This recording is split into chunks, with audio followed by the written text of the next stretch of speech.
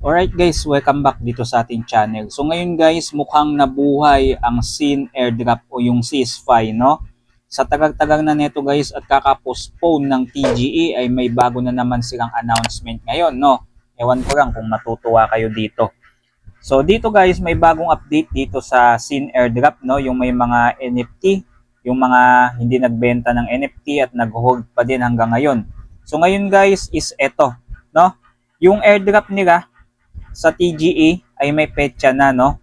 So sa mga wala pa guys ng Sin airdrop, ito yung kanilang app, no? Ganito yung app nila noon. Yung manonood tayo ng ads, magki-claim tayo ng Sin token, no? So dito is may Epoch 2 sila. Yung Epoch 1 yun yung unang kini-claim natin dati, no? So ayan, so meron dito silang daily check-in. May kita nyo, ayan, may pwede kayo magmina ako. Matagal ko na tong hindi inopen, no? So ngayon ko na lang to ulit inopen kasi nag-update sila, no? So tingnan natin kung mamimigay ba sila dito. So sa task center nila is meron pa ding watching ads. Makakakuha ka ng WSIN, no? Yan. So dito naman sa profile, dito nyo makikita yung inyong mining per hour, no? Yan. So tingnan nga natin yung bago nilang announcement. So tingnan natin dun sa Twitter nila, no? So eto na guys, no, nandito tayo ngayon sa mismong Twitter account ng Sisfi. So eto, meron sila naka-pin post dito 3 days ago. Ayan. Nakalagay dito Sin Token Generation Event o TGE announcement. Ayan, the Sin TGE is scheduled to take place on April 21, no? Sa April 21 siya magti-TGE. So sana hindi na to ano guys, no? Hindi na to ma-postpone. Yan. So tingnan natin kung ano yung nakasulat pa dito.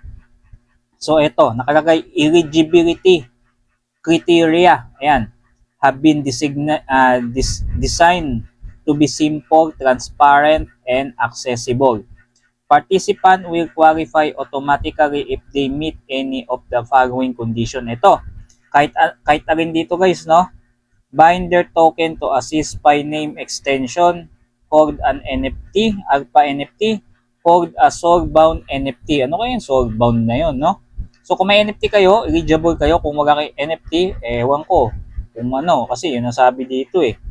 All eligible participant will be included without the need for additional step. Ewan ko lang kung makapasama pa din yung mga walang NFT, no? Will be included. Makakasama din naman yata, no? So sana hindi na to ma-postpone guys, no? Ayan, so bagong update ng Sisfi. Ayan, so nakalagay din dito, may mga comment, ayan, no? Ayan, ito yata yung Sisfi name, no? Ayan, no? Why minting is pending? May minting sila. Ito guys, itong Sisfi, ang tagal na nito guys, no? Na-postpone, walang bumili sa pre-sale nila kasi nga, inisip, scam, baka tumakbo. So ito sana matuloy na to, no? Mukhang may pondo na yata sila, no? Yan. So kung gusto niyo isari ang inyong mga account guys, mag-login na kayo. Buhayin niyo na din yung inyong Sin app or Sisfi app, yung mining. Buhayin nyo na din kasi malay nyo is April 21. So pwede na din kayo magmina-mina kahit pa paano kung gusto nyo pa din umasa, no? So gawa na lang natin ng update guys kasi yung iba ay talagang umaasa din dito, no?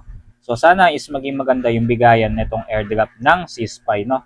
Hindi na sana ma-postpone, hindi pagdog. Tingnan natin kung mabibigyan tayo ng maganda-ganda dito, no? So yun lang, thanks for watching. Kung bago lang kayo sa ating channel, huwag ninyong kalimutan mag-subscribe nang lagi kayong updated, no? Sa iba pa nating mga video, no? Salamat sa panonood.